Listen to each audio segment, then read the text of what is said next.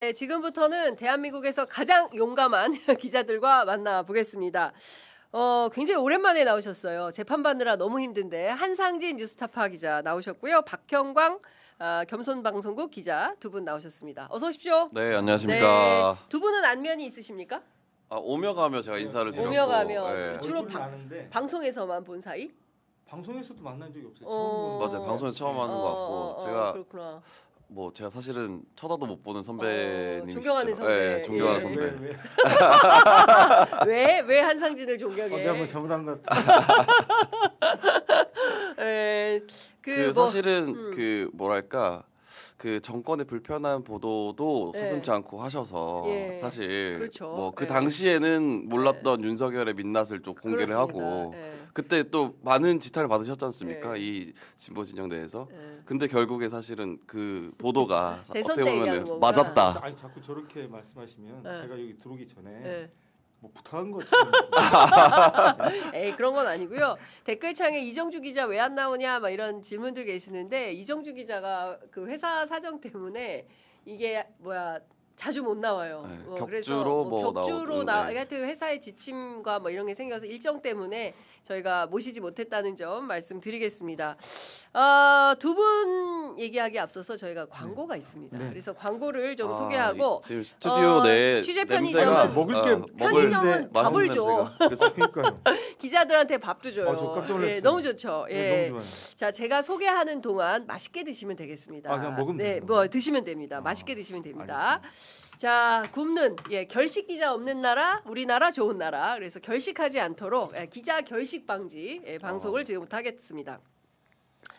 자, 타임쿡에서 준비한 100% 삼겹살 함박 스테이크를 소개하겠습니다. 자, 지금까지 드셨던 퍽퍽한 함박 스테이크는 잊어버리세요. 예. 자, 맛있어요. 보통 함박 스테이크는 잡육이나 뒷다리살을 섞는 게 대부분인데요. 오늘은 타임쿡에서 100% 삼겹살만을 사용한 수제 떡갈비를 준비했습니다. 콸콸 흐르는 육즙, 탱탱 쫄깃한 육질. 이거 진짜 맛있어요. 아 진짜? 그래? 엄청 맛있어, 엄청 맛있어. 웃음이 나오네. 예. 우리 박형광 기자 웃음이 묻어나네. 웃음이 나는 맛입니다. 그래, 네. 웃음이 나는 맛이야. 떡갈비라고 다 똑같은 떡갈비가 아닙니다. 자, 아이들 반찬부터 어른들 안주까지 건강하고 맛있는 고기를 찾으시는 분들께 강추합니다. 야외 나들이 햄버거 패티로도 강력 추천하고요. 개별 포장이 돼 있어서 한 개씩 해동해서 간편하게 드시면 되겠습니다. 제품 개발을 8차에 걸쳐서 테스트를 했대요. 그래서 검증까지의 테스터 의견들을 쭉 보면 이렇게 됩니다. 삼겹살이라 그런지 육즙이 풍부해요. 고기 함량이 높아서 씹는 맛이 최고예요. 떡갈비 간이 너무 달지 않아서 좋습니다. 고기가 퍽퍽하지 않고 너무 부드러워요. 이런 등등의 테스터들의 의견들이 올라와 있다고 하는데요. 이 집의 특징이 있어요. 뭔가요? 참 싸. 수제 얼마인가요? 삼겹살 함박 스테이크 600g이고요. 100g짜리 모두 6개가 들어있는데 11,900원입니다. 세 팩이 11,900원. 6개가. 너무 싼 거 600g이면 아니야? 한근인데. 그러니까. 3팩 이상 하시면 무료로 배송해 드립니다. 주문은 네이버에서 타임쿡으로 검색하시거나 또는 02-6264-8819로 전화 주시기 바랍니다. 타임쿡 스토어에서 알림받기 하시면요. 즉시 사용하실 수 있는 1,000원 할인 쿠폰 제공하고요. 리뷰 작성하시면 300원 포인트 적립해 드리고 있습니다. 어느 정도 맛있어요? 우리 한상진 너무- 기자한테 물어보고 싶네. 아니 이게 개 나이 정도 되면 어. 집에서 밥 먹고 살기가 쉽지 않은데 아침에 빈속으로 나왔는데 너무 좋아요. 괜찮지. 예, 예. 너무 맛있어요. 그러니까 우리 밥을 드리니까 그러니까, 꼭 나오시기 바랍니다. 예. 아니 불러주세요. 자주 부르도록 하겠습니다. 자, 두 번째 소개해드릴 광고는 전라남도 기품 있는 명품 김치 운림가 김치를 소개하겠습니다. 봄동 겉절이. 우리 지난주에 우리 박형광 기자가 말씀해 주셨어요. 뭐지? 두쫑쿠가 두쫑쿠 가고 가고 봄동 겉절이가 온다. 겉절이. 네. 자, 1970년 전라남도 광주 대인시장에서 작은 반찬 가게로 시작했습니다.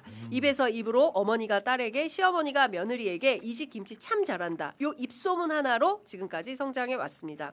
현재는 광주 매월동에서 더욱 깨끗한 환경 속에 반세기 넘도록 쌓아온 손맛과 정성을 이어가고 있는데요. 김치 대축제에서 대통령상, 국무총리상, 국회의장상 등 총 3관왕을 했습니다. 누적 27번 수상했고요. 이 자체가 최상의 김치 맛과 품질을 공식적으로 인정받았다. 이렇게 말씀드릴 수 있겠습니다. 단순 국산 아니고요. 100% 우리 농산물 그중에서도 특등급 원재료만을 사용합니다. 3년간 발효한 황금 매실 엑기스, 2년간 숙성시킨 멸치 젓갈, 최고급 손꼽무 고춧가루까지 타협 없는 최상의 재료만을 담았습니다. 아삭하고 향긋한 제철 봄동을 전라도식 양념으로 정성껏 버무린 산뜻한 겉절이, 당일 생산 당일 발송으로 맛보시기 바랍니다. 유튜브 더보기 그리고 고정 댓글 링크를 클릭하시거나 네이버에서 운림가를 검색해 주시기 바랍니다. 제 소원이 하나 있어요. 뭔가요? 운림가 김치를 춘추관 우리 기자님들한테 오늘 들고 가시는 거 어때요? 너무 양이 적어서 안 되고 운림가 김치를 청와대에서 드시는 그날까지 제가 운림가 김치하고 같이 하려고 합니다. 맛이 오늘 어때요? 아니, 다 드셨네. 그새 다 드셨어. 같이 먹으니까 진짜 좋네요. 와, 또. 우리 박형화 기자 다 먹었네. 그때도 광고하는 네, 다 건지 드셨어요. 몰랐어요. 진짜? 근데 먹으면서 이거 장 선배가 담궜나?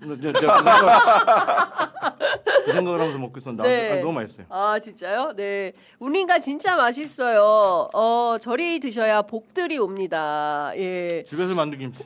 봄동 김치 겉절이 너무 맛있어요. 예, 씹는 소리 맛나네요. 예, ASMR입니다. 광고를 해야 친구입니다. 되는데 헐 식사를 청와대. 해버렸어요. 네, 너무 좋습니다. 네, 여러분들께서 함께해 주시니까 너무 감사드리고요.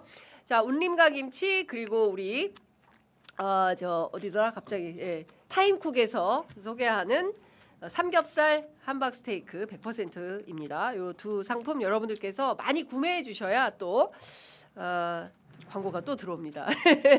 네, 여러분들께서 함께해 주시는 그 힘으로 저희 취재 편의점 나날이 발전한다라는 말씀도 드리겠습니다. 이 떡갈비는 계속 애들이 붙으시고 진짜 있어가지고 좋아하겠네요. 애들이 진짜 좋아할 것 같아요. 진짜 맛있어요. 맞아요. 아니, 어른도 좋아해요. 어른 아저씨도 좋아해. 어른만 아이들만 좋아하는 거 아니야. 제가 경솔한 발언이었습니다. 네. 50대를 위한 50대를 위한 너무들 맛있게 드셔가지고 앵간히 해라. 이거 그만 먹어야 되네. 네, 아니 다 드셨어요. 네, 좋습니다. 자, 이제 제작진 분들께서 이 테이블 치워주시면 저희가 본격적인 얘기를 좀 해보도록 하겠습니다. 지금 윤석열 명예훼손 사건 1심 지금 재판 진행 중인데요. 제가 이번 주에 우리 한상진 기자님한테 전화했더니 전화를 계속 못 받는 거예요. 그래서 왜 그랬더니 선배 재판 중입니다. 아직도 재판 받고 있어? 와, 지금 이게 끝날 기미가 없는 건가요? 어떻게 돼가고 있어요? 지금 같은 속도로 이 재판이 계속 진행되면 대략 가늠해 보면 1심 나오는데 앞으로 한 5년 정도 예상합니다. 제가. 진짜. 야, 이거 진짜 너무한 거 아니에요?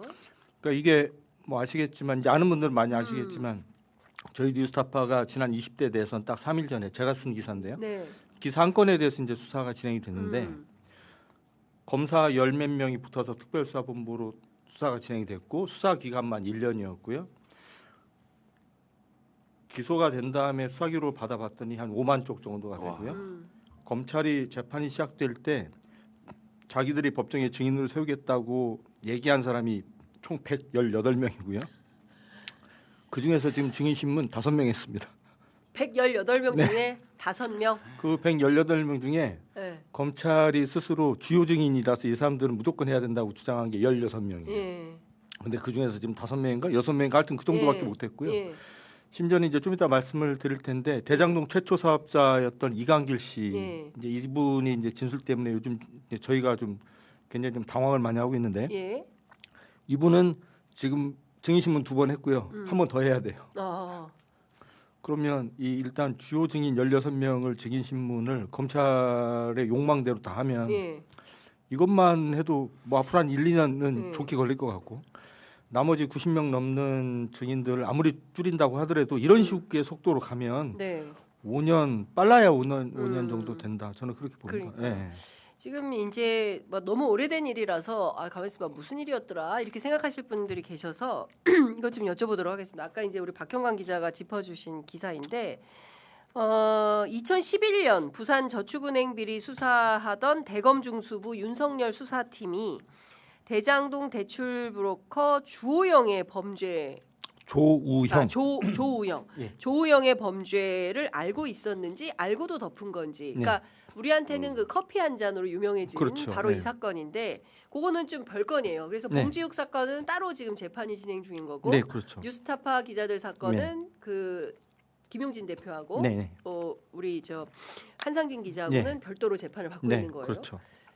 근데 이걸 가지고 이렇게 5년씩 재판을 할 일인지 저는 너무 괴로울 것 같아요. 너무 괴로울 것 같아요. 그러니까요. 그러니까 사건을 뭐 한 2, 30초 짧게 설명을 드리면 네.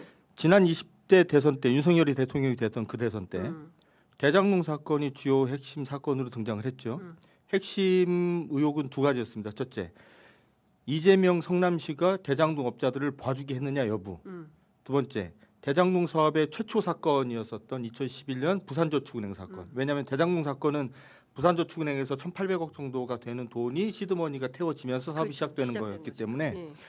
그런데 이 부산저축은행이 대출해 줬었던 그 돈이 불법 대출이었는지 여부 그리고 이거를 알고도 그 당시 대검 중수부 윤석열 수사팀이 덮었는지 여부 이 두 가지 쟁점이었어요. 네. 그래서 대장동과 관련된 성남시 부분에 대해서는 윤석열 씨가 열심히 달렸죠. 네. 그래서 검사들 다 동원해서 열심히 달렸는데 본인과 관련된 예. 그러니까 본인이 책임을 맡고 있었던 수사팀에서 이 봐주게 했느냐의 여부에 대해서 의혹이 굉장히 많았었는데 그냥 계속 부인을 했었단 말이에요. 네네네. 저희가 대선 3일 전에 보도했었던 건 뭐냐면 이걸 시작부터 끝까지 모두 다 알고 있었던 대장동 업자인 핵심 업자였었던 김만배 씨가 예. 자신의 지인과 만나서 자 대장동 사건이 대장동 대출이 이 문제가 어떻게 처음에 시작됐는지 내가 지금부터 설명해 줄게 형 잘 들어. 그러면서 쭉 1시간 넘게 이제 쭉 말로 설명해 주는 예. 녹음 파일을 저희가 입수해서 어허. 공개를 했는데 그 녹음 파일 내용이 예.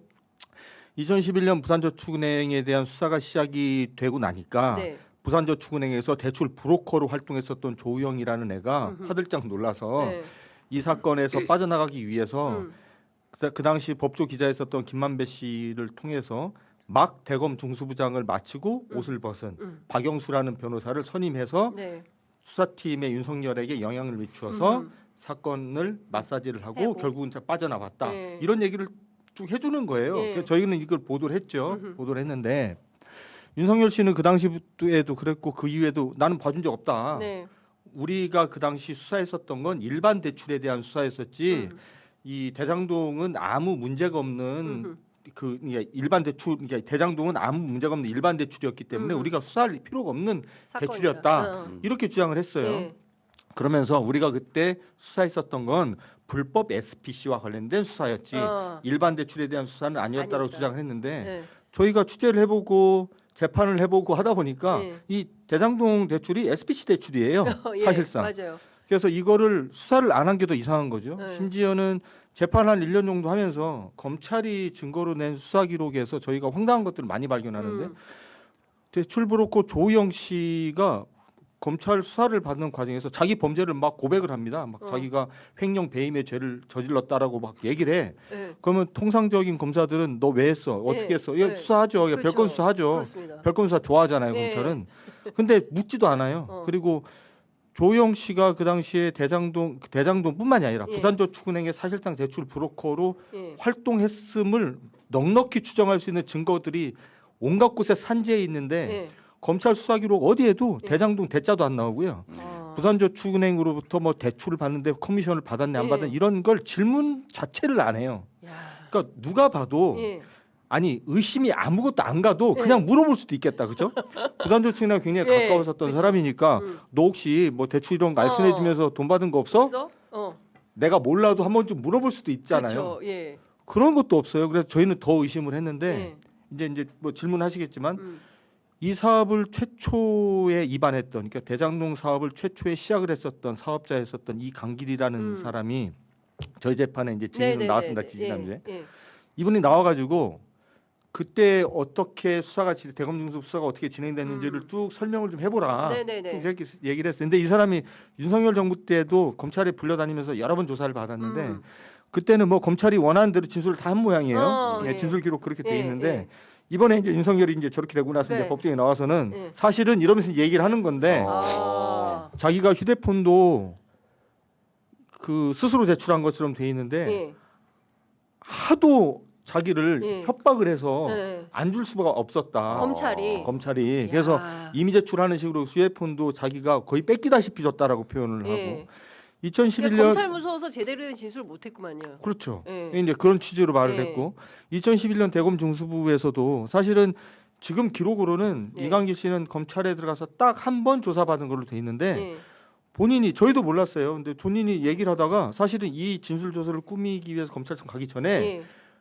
그 비공개 면담이 한 번 있었다고 얘기를 하는 거예요. 비공개 면담. 예. 아, 면담. 그러니까 아무런 기록을 남기지 기록 안 않고 남기네. 이거 지금 들어오라 쌍방울 그래서 사건에도 있었잖아요. 예, 똑같잖아요. 예. 들어가서 자기가 비공개 면담을 예. 했는데 그 당시 수사관으로부터 어떤 질문을 받았냐면 이 대출벌고 조영이라는 애가 네. 여기저기서 대출 커미션을 받은 것들이 있는데 어. 너도 줬지. 그래서 저도 줬다. 네. 너 그거 왜 줬어? 예. 이러이러한 이유로 줬다. 네. 근데 그 당시 자기도 이제 빠져나가야 되니까 예. 이게 불법적인 대출 커미션이다. 음. 얼마다 이렇게 특정해서 말을 하진 못했지만 네. 사실상 다 알고 물어보는 것 같아서 사실상 거의 인정을 해줬다. 어. 근데 나중에 진술서 꾸밀 때는 안 묻더라. 그리고 이 대장동 대출이 아무 문제가 없다라는 예. 거를 네가 확인하는 확인서 하나 써줘라고 예. 부탁을 하더래요. 예. 그러니까 써주기로 했대. 예. 그러면 대장동 사업과 관련돼 가지고 그동안 있었던 일들에 대해서 다 써. 만약에 예. 다 써 그랬으면 예. 이 사람은 내가 이 대출 받으면서 어. 누군가의 부탁을 받고 커미션도 줬고 예, 이거 예, 예. 쓸 텐데 그쵸. 야 그런 거 빼고 어. 그냥 이 대장동 이 대출에 예. 부산저축은행의 차명 지분이나 이런 게 있는지 없는지 없잖아. 어. 없으면 없다고 그 내용만 딱 써서 줘. 수상하네요. 예. 어. 이거 그래서 그 확인서를 받아. 예. 근데 그 확인서를 가지고 예. 그때도 지금도 검찰은 어떻게 주장을 하냐면 아니 이 대장동 업자가 예. 사업자가 이 자기들이 받은 대출에는 아무 문제가 없다라고 지금 얘기를 해서 우리가 수사 대상에서 배제했는데 뭐가 문제냐라는 식으로 지금 나오고 있는 거예요. 예. 적반하장도 유만부동이네. 그래서 이게 이제 저희 재판이 그동안은 계속 어떤 식이었냐 말씀드렸듯이 우리는 그러니까 처음에는 이거는 수사 대상이 아니었어 이렇게 네. 나오다가 네. 나중에는 조영이 자기 범죄를 스스로 고백하는데도 수사 안 한 거 이런 것들이 막 드러나니까 네. 지금 검찰이 이제 저희 재판을 진행되는 와중에 입장을 어떻게 조금 바뀌었냐면 네. 우리는 조영의 범죄를 몰라서 수사를 못했어. 만약에 알았으면 수사했을 건데 장난하나 지금. 그러니까. 예. 몰라서 수사를 못한 거기 때문에 부실 수사도 아니고 봐주기 수사도 아니고 아무것도 아니야. 우린 정상적인 수사에서 이렇게 주장을 하는 거예요. 아 정말. 그랬는데 그것마저도 뒤집는 지금 이강길의 증언이 나온 거잖아요. 그러니까 지금 검찰이 매우 당황을 했죠. 근데 중요한 건 뭐냐면 네.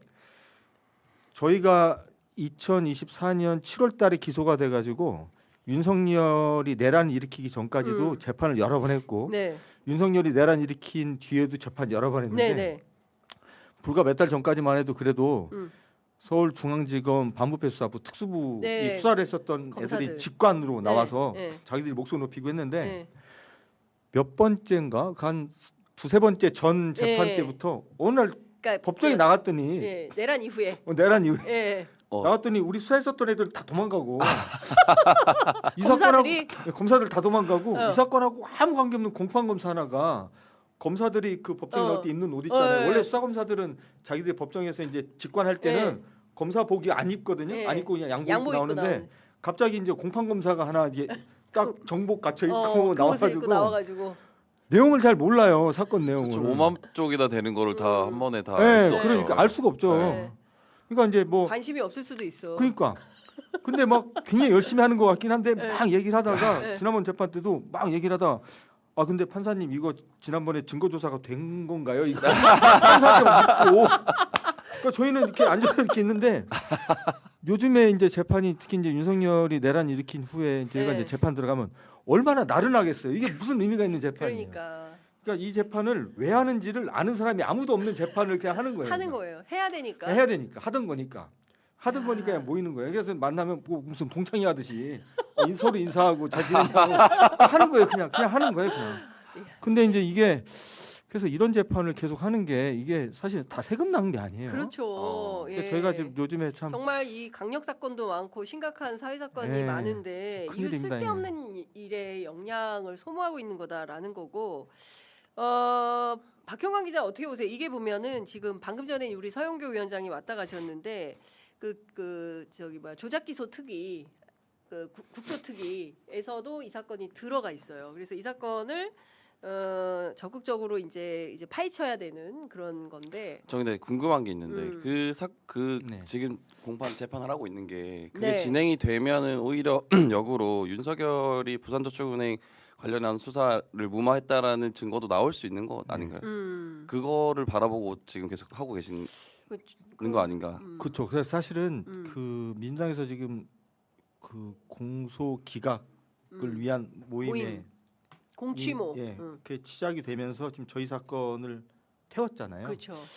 한편으로는 반갑고 한편으로는 조금 머뭇거려지기도 하고 그럽니다. 저는. 왜 그런 거예요? 제가 사실은 말씀드렸듯이 이렇게 무의미한 재판을 네. 시간 뺏겨가면서 네.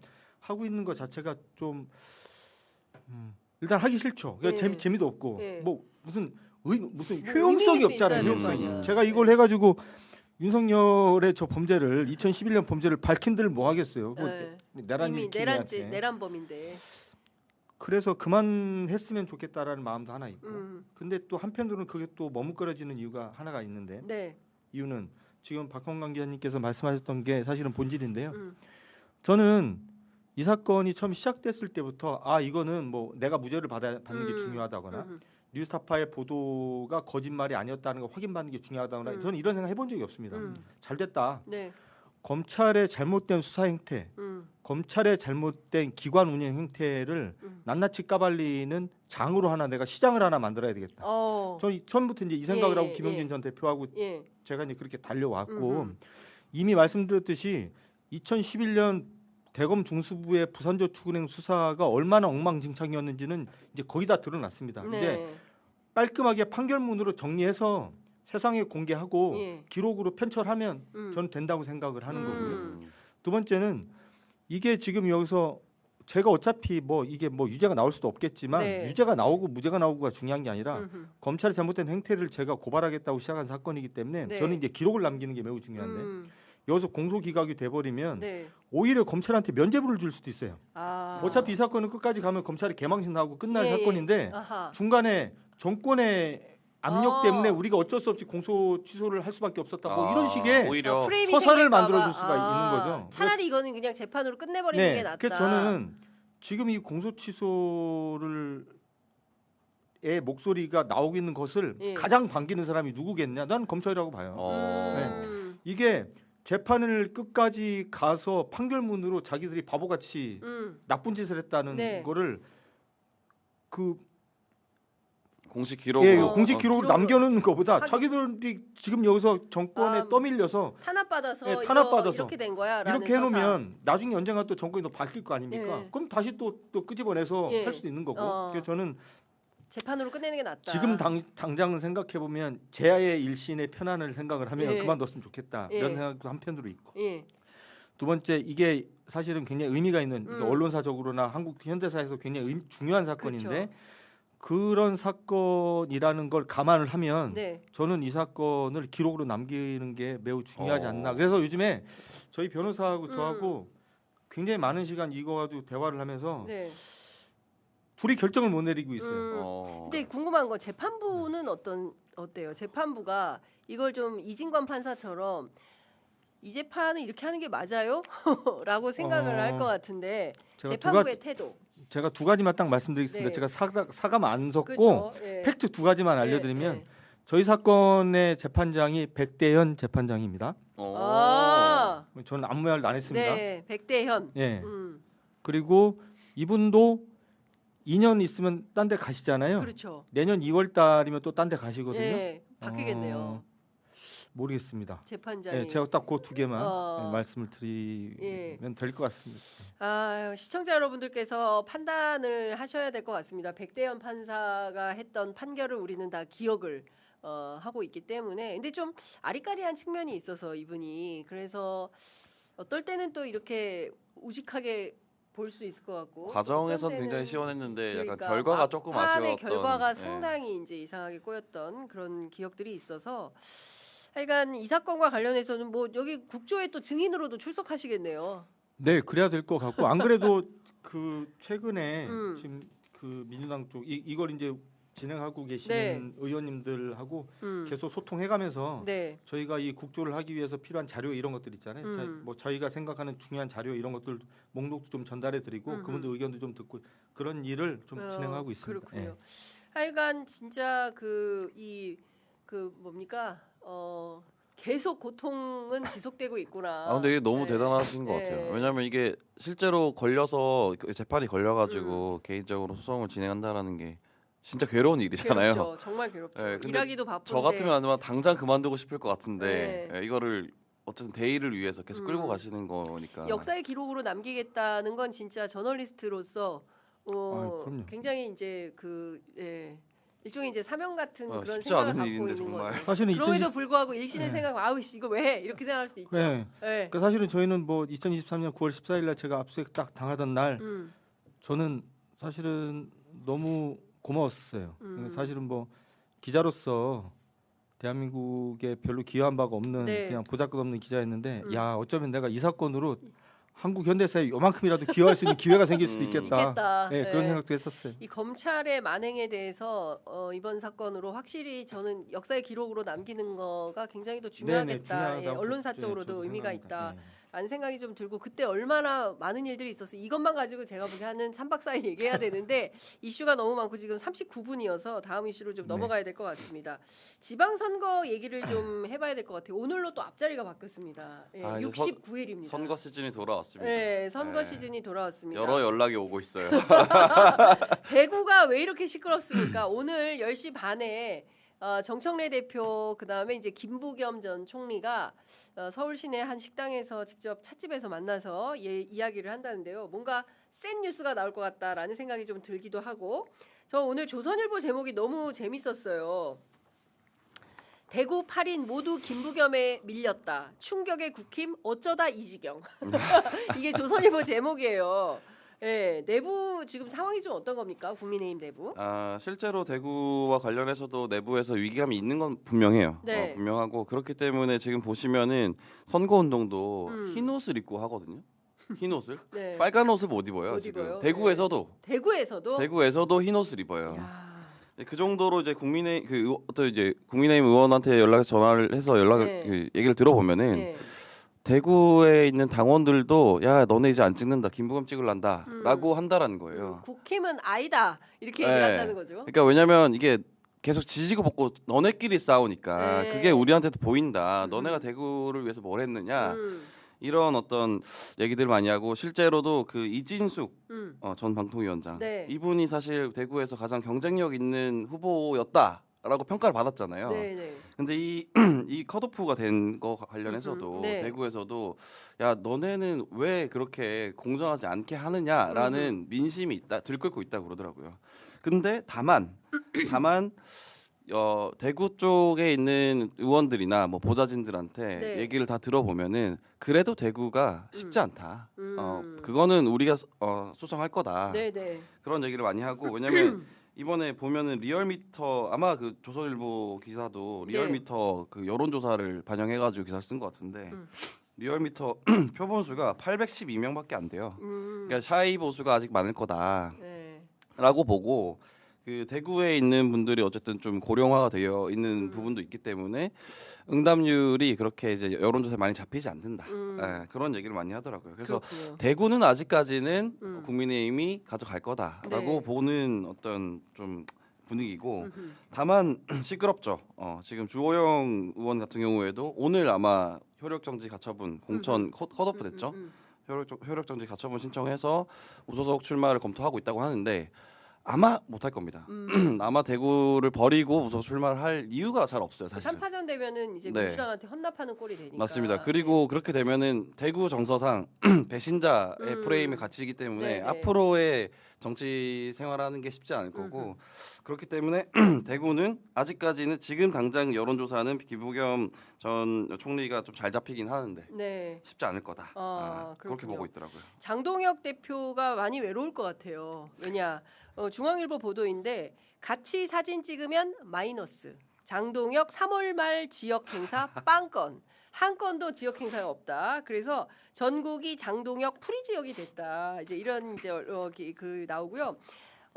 지금 장 대표랑 같이 사진 찍히면 서울 경기에선 오히려 마이너스다. 마이너스죠. 예, 저 배현진 의원도 이런 얘기를 했습니다. 장동혁 대표가 와서 도움이 되는 선거 지역은 단 한 군데도 없다라는 것이고요. 배현진 의원이 되게 재밌죠. 사실 네. 배현진 의원이 국민의힘 출입 기자들 사이에서는 네. 그 권력의 풍향계, 예, 권력의 바로미터다라고 그렇죠. 평가되는 분위기인데 네. 과거를 좀 살펴봐도 사실 그 지지난 대선 때도 원래 홍준표 퀴즈였잖아요. 배현진 그렇죠. 의원이. 맞아요. 근데 예. 바로 배신을 하고 윤석열에 붙었고 그리고 이준석과도 잘 지내다가 이준석 지도부가 무너질 때 네. 가장 먼저 네, 갈아탔다. 네. 최고위원 사퇴를 했죠. 예. 가장 먼저 갈아탔고 지금도 사실 보면은 제가 2주 전에 나와서 말하지 않았습니까? 그 장동혁 지도부가 이제 네. 거의 끝난 것 같다. 네. 힘이 많이 빠졌다. 진짜. 그러자마자 바로 네. 너 필요 없다라는 어. 선언을 한 거죠. 사실 그러니까요. 공개적으로. 예.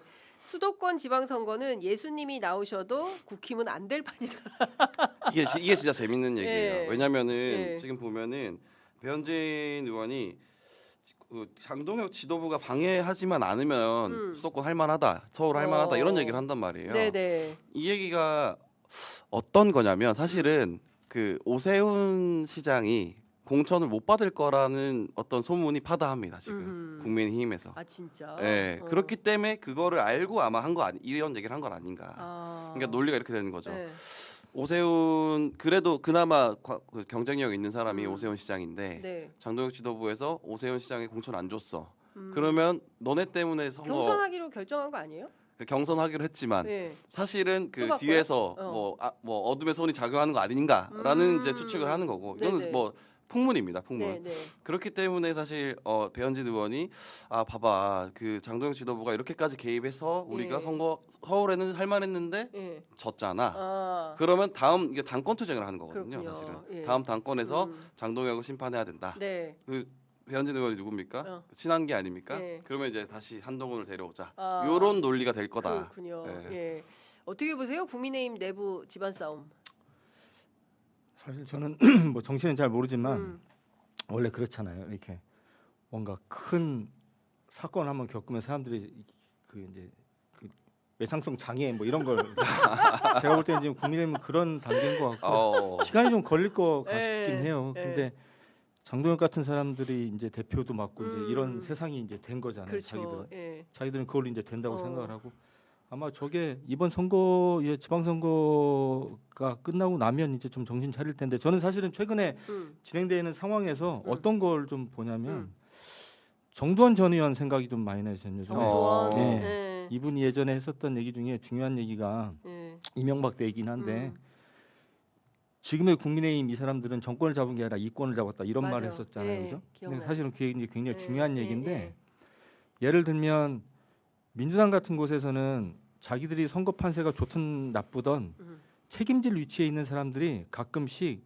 험지에 나가요. 네. 나가서 자기들이 살아있고 존재한다라는 걸 보여주려고 노력을 합니다. 가서 이제 장렬하게 전사를 하죠. 네. 예전에 노무현 전 대통령께서 그러셨고 그렇죠. 예. 김부겸 지금 저 대구시장 출마 얘기가 나오는 김부겸 전 이제 총리도 총리도 예전에 대구에서 여러 번 떨어지셨거든요. 여러 번 떨어졌죠. 근데 국민의힘에서는 단 한 명도 이런 사람들이 나오지 없어요. 않습니다. 그러니까 네. 상황이 자기들 선거가 상황이 좋을 때도 나쁠 때도. 네. 그러니까 예를 들면 장동혁 같은 분이 지금 만약에 정말 진정성 있게 자기들이 자기가 지금 선거를 하겠다라고 의지가 있다면 네. 전남 광주에 가야죠. 예, 그렇죠. 전남 광주 같은데 네. 가서 진짜 돌팔매 맞더라도 예. 자기가 싸워야 되는 겁니다. 그래서 자기가 이권이 아니라 자기들이 진짜 예. 정권을 예. 잡겠다라는 의지를 보여야 되는데 그런 모습 보이는 사람 아무도 없잖아요. 지금 뭐 배현진 의원이나 뭐 오세훈 뭐 저기 시장이나 이런 네. 분들도 얘기도 막 계속 나오고 있는데 그분들도 제가 볼 땐 다 비슷비슷해요 그냥 그러니까. 예. 계속 말만 하지 맞아요. 뭐 행동을 안 하잖아요. 그러니까 지난번에 장동혁 대표가 그런 말 했지 않습니까? 나랑 싸우려면 집 걸고 나오라고 그러는데 나오라고. 아무도 안 나왔잖아요. 과거에 민주당에서도 그렇게 나오시는 분들이 종종 있었어요. 예, 그러면 민주당은 나가요. 나가요. 나가서 민주당에 싸워. 있는 사람들은 나가요. 맞아요. 나가서 싸우고 장렬히 전사합니다. 예, 예. 그런 게 좀 아름답잖아요. 맞아요. 이게 정치가. 그러면서 또 물갈이도 좀 되는 그쵸. 거고 뭔가 예. 자기들끼리 예. 내부의 자정자공이 예. 되는 건데.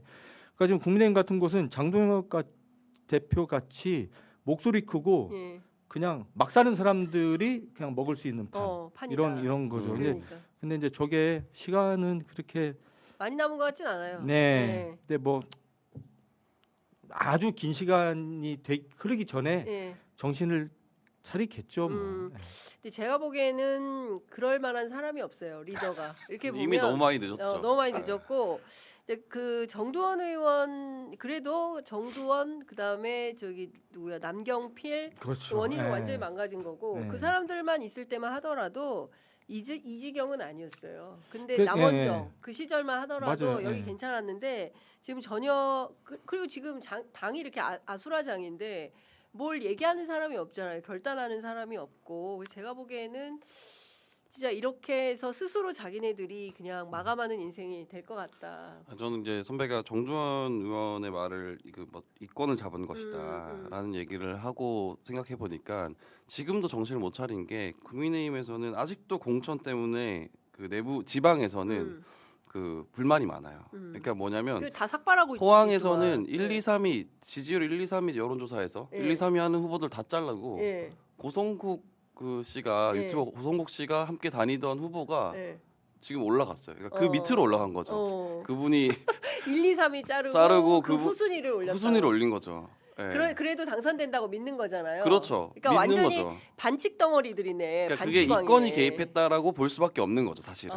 예. 돈 공천 뭐 이런 걸 의심해 보니까 그렇죠. 의심을 볼 수밖에 없는 거죠. 예전에 그 김정재 의원이었나요? 예. 그뭐 아니, 근데 녹취도 너무 세게 얘기하지 마세요. 또 고발 올. 고소 아니, 고발. 근데 실제로 이런 건이 요즘에 예. 많이 저한테 연락이 와요. 그래서 제보가 저한테 오는구나. 박 기자, 예. 국민의힘은 망해야 돼. 실제로 그렇게 얘기를 해요. 예. 이미 망한 당인데 빨리 확실하게 망하게 만들어줘. 제가 아직 정신 못 차렸어라는 그 얘기를 많이 해요. 지난 주말에 울산에 그 취재를 갔어요. 그래서 이제 울산의 그 시민들 분위기가 어떤지 좀 보려고 갔는데 택시 기사분께서 국힘은 쓰레기다. 제가 깜짝 네? 국힘은 쓰레기다 이렇게 시작을 하셔가지고 제가 이제 깜짝 놀랐는데 여전히 이제 국민의힘 강세 지역이긴 합니다만 그래도 민심이 완전히 뒤바뀌고 있다. 근데 이 흐름을 전혀 타지 못하고 있어서 하여간 안습이다라는 생각이 좀 들고요. 그 택시 기사분은 네. 국민의힘 지지자였을 것 같아요. 맞아요. 그리고 이분은 근데 사실은 상당한 이상한 음모론을 그리고 이분이 뭐냐면 김상욱은 배신자다. 국힘은 쓰레기고 아주 김상욱은 영남의 그런 분위기가 배신자고 있죠. 예. 제일 나쁜 놈은 김기현이다. 이렇게 막 서사가 쓰여지는데 하여간 이제 선거 상황 어떤지 저희들이 좀 지켜보도록 하고요. 이거 벌써 50분이라서 이 얘기는 또 여쭤봐야 될 것 같습니다. 윤석열 선거법 위반 사건 있잖아요. 예, 지난 23일에 첫 공판이 열렸는데 요거 직접 취재 갔었어요? 네, 이 사건은 사실은 뭐 저하고 너무나 가깝게 연결되어 있는 사건이어서 네. 제가 2019년 벌써 지금 7년이죠. 네. 7년 된 전에 윤석열 씨가 검찰총장 인사청문회 후보자로 인사청문회 때 그때 제가 보도했었던 그게 이제 시발점이 됐던 네. 사건이었어가지고 제가 이 사건은 좀 챙겨야 되겠다고 싶어서 제가 그 법정에 가서 첫 공판을 좀 지켜봤고요. 네. 좀 씁쓸했습니다. 이게 2019년에 시작됐었던 좀 더 길게 얘기하면 2012년에 시작됐던 사건인데 그것도 예. 재기사로 시작됐었던 사건인데 이게 지금 14년이나 끌어야 될 사건인가 이런 생각도 들고 근데 머리 그때 아프다. 뭐 진짜 말씀- 14년씩 그냥 한 사건 하고 있으면 아유 정말 쥐난다 쥐나. 그러니까 이때 사실은 이 보도로 굉장히 많이 힘드셨잖아요, 선배가. 네. 왜냐하면 그때만 하더라도 윤석열이라는 그때만 하도 사람이 윤석열 예, 그 약간 문재인 정부에서 잘 나갈 그렇죠, 때 그렇죠. 인기가 많을 때죠. 그래가지고 예. 이것 때문에 뉴스타파 탈퇴한 사람 많았죠. 네. 아, 그분들 다시 돌아왔어요? 그때 탈퇴한 분들? 아우 거의 다 뭐 그 이상 돌아오셨죠. 그 이상 예. 미안한 감정도 있을 거고. 왜냐하면 그 인사청문회 때 그 보도가 나가고 굉장히 많은 분들이 이제 실망하시고 이제 화도 내시고 하셨는데 불과 한두 달도 안 돼서 이제 조국 사태가 터졌잖아요. 예. 조국 사태가 터지면서 이제 윤석열 예. 씨의 이제 민낯을 많이 보게 됐고 예. 제가 생각할 때 좀 결정적인 장면은 그해 있었던 국정감사 때 윤석열 씨가 나와서 했었던 태도. 그때 이제 박지원 의원이 예. 질문하는 것에 대해서 딱 이렇게 손으로 치면서. 딱 예. 쳐가면서 뭐 이제 수사 다 끝나가니까 뭐 결과물 지켜보시죠. 뭐 이런 식으로 이제 건들건들했었던 그때 그거 보면서 많은 분들이 굉장히 충격을 많이 받으셨. 윤석열의 민낯을 그때 네, 본 거죠. 예. 했던 것 같고 예. 그 후로 뭐 뉴스타파는 오히려 저는 뭐 제가 이런 말하면 좀 쑥스럽긴 하지만 그래도 그 일이 뉴스타파에는 좀 신뢰 자산을 쌓는데 좀 도움이 좀 되지 않았을까. 확실히. 예. 예. 그런 저도 생각이 좀- 그때 예. 기억이 너무 예. 강렬하게 남아 있습니다. 기자가 봤을 때도 음. 아 정말 멋있다. 네. 그게 저게 쉽지 않은 보도잖아요, 예, 그쵸. 사실은. 예. 근데 사실 제가 최근에 이제 많은 분들한테 듣는 얘기가 뭐냐면 지금 그 취재 편의점이 양쪽에서 공격을 받고 있고 그리고 뭐 어디에서는 좌표가 찍혔대요 저희가 네. 그래가지고 뭐 막 엄청 공격해라 그래서 네. 아마 댓글창도 많이 사놨고 그럴 거야 그렇지만 어떻게 하겠어 저널리즘 하기로 했으면 견뎌야지 그래서 긴 한숨을 또 쉬었는데 뭐 바꿔서 얘기하면 네. 그만큼 그 장윤선이라는 사람의 영향력이 네. 크다. 영향력이 없으면 아예 이제 안티도 없는데 욕도 아, 안 먹을 황강 텐데. 기자는 방송을 잘하시네. 그러니까 선수야. 사회생활도 잘해요 그러니까 사회생활 엄청 잘하시는 사회생활을 굉장히 스타일이시네. 잘하고 배워야 돼요. 한상진은, 그런 거잘 한상진은 못하잖아요. 그런 걸 잘 못해. 선배의 잘못된 점, 규탄 막 이런 거 잘하는데 박형광은 사회생활 참 잘합니다. 감사합니다. 그러니까 지금 생각해 보면 이게 좀 이렇게 견결하게 그 가는 건데, 근데 한 사건을 14년씩 해야 되는 건 진짜. 막 아니 뭐 기자한테 계속 해야 정말 뭐 늘상 하는 건 아니니까. 뭐 근데 잊을만 하면 사실은- 한 번씩 근데 재판해요. 이제 이렇게 이 사건이 사실은 단순하게 윤석열의 거짓말을 밝힌다. 그쵸. 뭐 이런 성격의 사건이 아니라 네. 이 사건 결과에 따라서 잘못하면 저 국민의힘은 길바닥 나앉을 수도 있어요. 지금 그쵸. 400억 가까운 돈이 맞습니다. 걸려 있는 네. 재판입니다. 이게 지금 윤석열 한 사람이 뭐 사형을 당하네 뭐 무기징역이네 이런 사건이 아니고 그렇죠. 20대 대선 선거 자금 보전받은 비용을 좀 토해내네 마네 네. 이게 좀 걸려 있는 사건인데 네. 지금 건이 두 개잖아요. 네. 그 윤석열 그러니까 윤우진 전 용산 세무서장에게 변호사 소개해줬는지 여부 그건 이제 그렇죠. 뉴스타파 보도로 시작됐었던 예. 거였고 예. 또 하나가 이제 건진법사 전성배 씨 관련된 건인데 제가 이제 첫 공판에 들어가서 쭉 공소 사실도 들어보고 변호인 측의 입장이 나오는 것도 좀 들어보니까 이거는 무죄를 받기는 쉽지 않겠다. 이게 윤석열이가? 예, 그러니까 왜냐하면 너무나 명백하게 자기가 확정적으로 말을 해놓은 것들이라 둘 다. 예. 예를 들어서 이제 뭐 윤우진 사건 같은 경우에 윤우진 본인이 윤석열에게 변호사 소개받았다고 네. 저한테 직접 이제 확인을 해준 예. 사건이고 예. 이게 그리고 그 이후에 벌어졌던 여러 가지 일들을 종합하면 이게 윤석열이 직접 변호사를 소개해 준 게 아닐 수가 없는 사건이어서 예. 근데 윤석열 씨는 이걸 너무나 확정적으로 얘기했단 말이에요. 그리고 이제 특검에서 수사한 결과로 전성배 씨와 김건희와 윤석열 이 세 사람은 2013년부터 최근까지도 꾸준히 연락하고 만나는 사이였다라는 그렇죠. 게 이미 다 밝혀졌고 네. 전성배 씨가 다 진술해놓고 예. 그런 사건이어서 이거를 나는 전성배 씨를 만난 적 없다 이렇게 너무 단정적으로 말씀을 하셔가지고 네.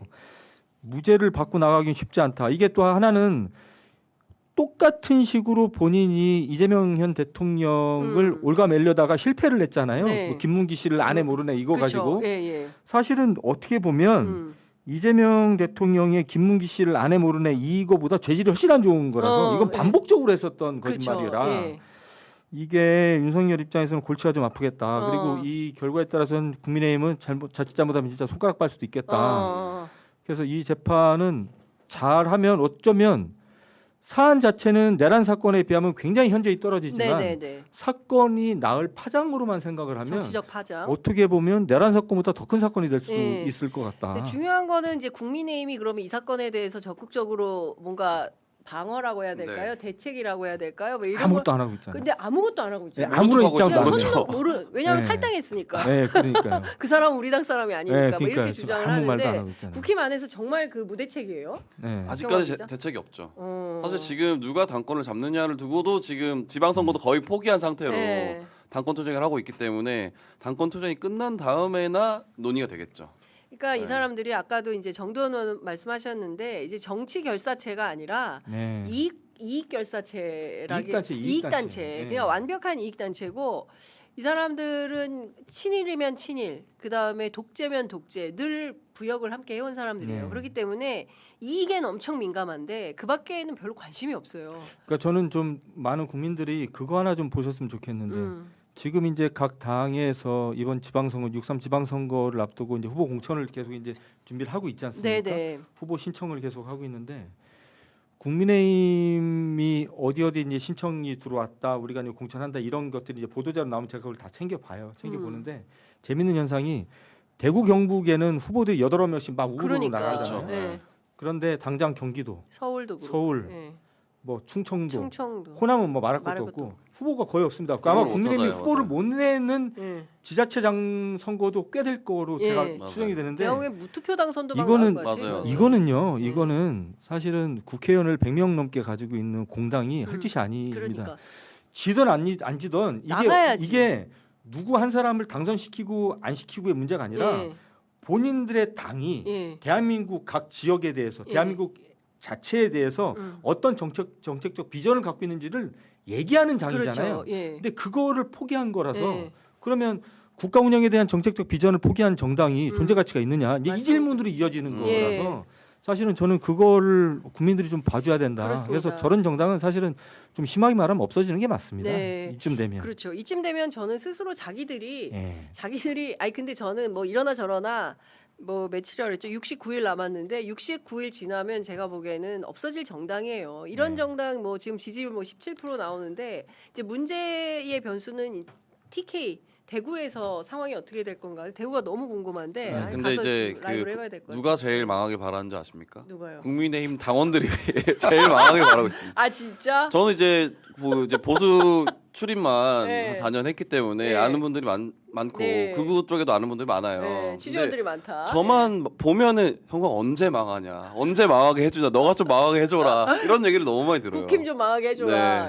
다시 시작하고 싶다라는 얘기들을 내부에서 그 사람들 오히려 왜 많이 안 합니다. 나와요? 다시 시작하고 싶은 사람들이 아니, 좀 목소리 스피커가 작으니까 사실 스피커가 작으니까 어쩔 수 없이 그렇게 하는 건데 내부에서도 그런 분위기가 굉장히 많다. 팽배하다. 그렇군요. 그런 분들 좀 취재 편의점에 출연시켜가지고 얘기를 좀 들어봐야 될 것 같습니다. 도대체 어떻게 망해야 제대로 잘 망해야 또 다시 설 수 있는 기틀이 생기는 거니까 그런 생각이 좀 들지 않을까라는 생각이 좀 듭니다. 다 떠나서 400억대의 자산이 근데 그래도 뭐 부자가 망해도 뭐 3대가 먹고 살 거리가 있다. 뭐 지역에 건물이 많아가지고 국민의힘은 안 망한다. 뭐 이런 그 주장들이 있던데. 근데 그 말씀하셨던 것처럼 여기는 이권 집단이잖아요. 네. 예를 들어서 지금 국민의힘이 가지고 있는 재산이 한 1,000억 대는 될 겁니다. 워낙 역사가 있는 정당이니까. 근데 이게 다 캐시가 아니고 대부분 다 부동산일 건데. 맞아요. 건물이라고 그러더라고요. 이게 400억 정도 되는 현금을 지금 토해내야 되는 상황이 되면 아마도 타이타닉 효과가 이제 벌어질 텐데 당에 돈이 없다. 앞으로 그럼 돈이 없으면 미래가 없는 애들이잖아요. 그러면 나는 나간다. 뭐 이런 사람들이 이제 속출하면 이제 타이타닉에서 이제 쥐들이 이제 뛰어나가듯이 이제 막 뛰어나가기 시작하면 이 정당은 제가 볼 때는 뭐 존재 가능성이 없지 않을까 이런 생각이 좀 들어요. 자, 또 하나 제가 여쭤보고 싶은 거, 11시여서 이제 마무리를 해야 될 것 같은데요. 이 김건희 무혐의 대본 문제에 대해서는 좀 얘기를 좀 다뤄봐야 될 것 같아요. 이창수 전 지검장이 아예 불기소 문건을 미리 써놓으라고 이제 주문을 했다라는 사실이 확인이 되고 있는 건데요. 이 정도면 그냥 이거는 진짜 그 빼박의 증거가 나오기 시작하는 거다 이렇게 봐야 될 것 같아요. 어떻게 보세요?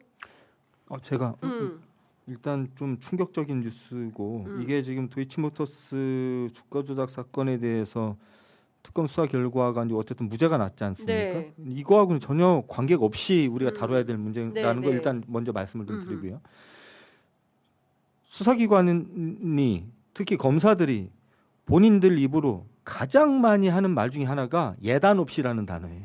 그죠? 자기들이 어떤 수사를 할 때 예단 없이 어디에도 휘둘리지 않고 이런 말을 늘상 합니다. 검사들이 그죠?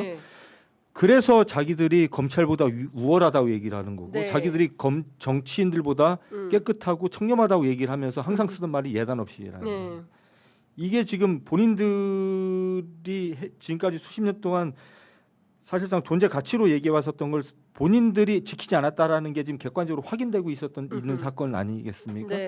거기다가 이창수 서울중앙지검장은 윤석열의 가장 가까운 측근으로 윤석열의 사실상 뭐 행동대장 같은 역할을 했었던 사람인데 이 사람이 서울중앙지검장이 등장하자마자 뭐 무혐의를 저기 김건희를 무혐의 주기 위한 논리를 만들고 그거를 조사를 시키고 뭐 그랬다는 거 아니에요? 그러면서 문건을 만들고 그거를 무슨 뭐 전 공주지청장이 만들었네 이런 기사 막 나오던데 이게 사실상 김건희에 대한 무혐의 무죄를 결론을 정해두고 지금 했다는 짓인데 이거는 이 자체만으로도 저는 특검을 해야 될 필요가 있을 정도로 저는 굉장히 중대한 사건인 거죠. 이거는 음. 검찰이 없어지고 살아남고의 문제를 떠나서요. 범죄를 저지른 거예요. 네, 이거는 사실은 예. 굉장히 헌법적 사건이라는 예. 생각이 저는 좀 들고 그래서 네. 이거는 그 지금 요즘에 뭐 워낙 많은 사건들이 좀 돌아다니고 있고 예. 지금 뭐 지방선거도 앞두고 있어서 음. 기자들도 그렇고 정치인들도 상당히 뭐 큰 주목을 못 받는 것 같은 느낌이 좀 들어요. 사안에 네, 비해서. 그렇습니다. 근데 저는 이렇게 넘어갈 사건 아닙니다. 이거는 지금 뭐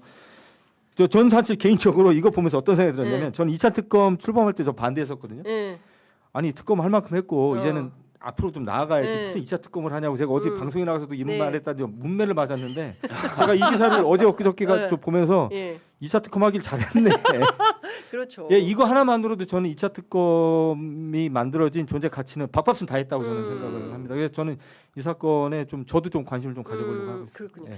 예. 적극적으로 취재해서 세게 보도를 해야 될 것 같은데 말씀 주신 대로 신문에서 주요 지면을 장식하지 못하고 맞아요. 사회면에 네, 좀 그렇습니다, 지금. 하단에 뭐 한 2, 3단 정도 네. 기사로밖에는 소화가 안 되는데 지금 이거를 사건이 아니에요. 예, 굉장히 큰 사건이다. 뉴스타파에서 좀 관심을 가지고 세게 보도하면 상황이 또 달라지지 않습니까? 영향력 있는 매체니까. 네, 열심히 해보겠습니다. 알겠습니다. 지금 뭐 저희가 오늘 취재 편의점에서 저도 지금 바로 가야 될 것 같은데요. 국회에서 진보 야 사당이 3부일배 하고 있어요. 정치개혁 관련해 가지고 다른 거 다 떠나서 지금 그 기초단체 네. 또 광역단체 감시와 견제가 필요한 의회에 지금 보면은 우리가 소선거구제로 하고 있는데 이거를 중대선거구제로 바꿔서 비례성을 좀 강화하는 측면이 필요하다. 근데 아무데도 잘 안 다루고 있어서 저희 취재 편의점이 현장 라이브로 진보 야 사당에 지금 여러분 화면 보시는 대로 3부일배하는 거 함께 보고 계십니다. 관련해서 뭐 제가 취재하다 보니까 조국혁신당에서 그런 얘기가 들리더라고요. 조국 대표 앞에는 6개의 산이 있다는 거예요. 넘어야 될 산인 줄 네, 알았어요. 맞네요. 네. 넘어야 되는 산. 그게 아니라 그게 아니고. 지금 그 출마를 어디로 할 거냐. 아, 라는 겁니다. 부산, 군산, 아산, 안산, 광산 그리고 또 하나가 어디냐면 울산. 네, 그래서 이제 6개의 산이 있다라는 얘기가 나오는데요. 실제로 이제 부산에서도 별로 맞득치 않아 하고 다른 지역 전체에서도 꼭 여기는 오지 마시라 이러는데 어떤 선택을 하게 될지 제가 현장에 가서 또 직접 물어보도록 하겠습니다. 두 분 오늘 너무 재밌었고요. 저는 자주 나오시면 좋겠다. 특히 한상진 기자가 재밌네. 아니 안 불러주시잖아요. 아니야. 안 자주 부르셔서 나왔어요. 안 나오는 거지 제가 뭐. 웃겨. 저는 불러주시면 어디든 삼보일배로 갑니다. 제가. 한상진 삼보일배로 오는 걸로 알고 오늘 말씀 정말 잘 들었습니다. 두 분 말씀 진짜 잘 들었습니다. 고맙습니다. 네, 고맙습니다.